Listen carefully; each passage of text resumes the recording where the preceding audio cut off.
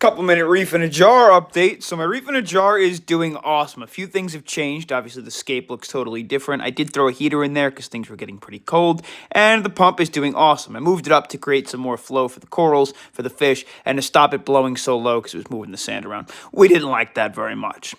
All of the fish in here are doing fantastic. However, one thing is missing. I got rid of the arrow crab. He was just a little bit too big, so I brought him back to the pet store and I traded him in for something else. Sauerkraut is doing fantastic.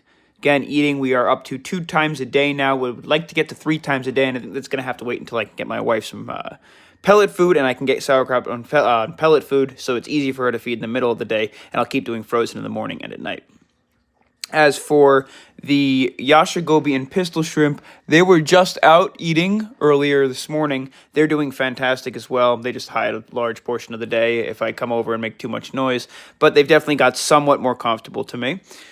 The sexy shrimp are also doing awesome. I do not direct feed them. I just let them get food out of the water column or off of the rocks or grab things that are floating around. And the hermit crabs and snails as well are doing great. I did replace the arrow crab with some pom-pom crabs. There's 2 of them in there. I don't know where they are. I actually saw one earlier this morning and last night. They're doing all right. I took a video. Maybe I'll post that a little bit later. At some point, they'll be more comfortable and floating out and about. The mushrooms on this rock, one of the first corals that I had, are actually doing really well. Some of them were torn because I had to break up the rock and I accidentally dropped it, but they are still clear but healing and slowly forming into their own mushrooms.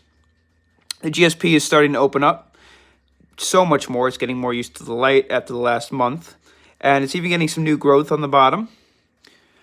We put some Zania and a hammer coral in there.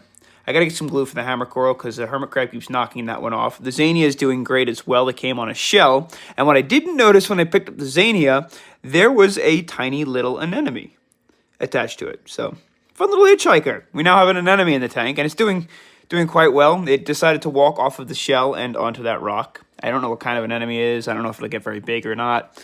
Some of the other corals are doing awesome. This guy's color came back. If you remember, that was super white. This guy's doing fantastic. That's a lower light coral. That's why I put it kind of facing down and under that rock, so it gets a little bit more darkness.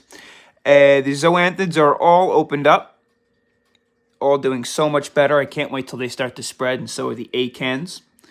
The macroalgae is starting to sprout from the side and going crazy up on the top left. And we do have a new inhabitant coming at some point in the next 2 days. We got a baby clam. Much cooler than a regular clam. Stay tuned.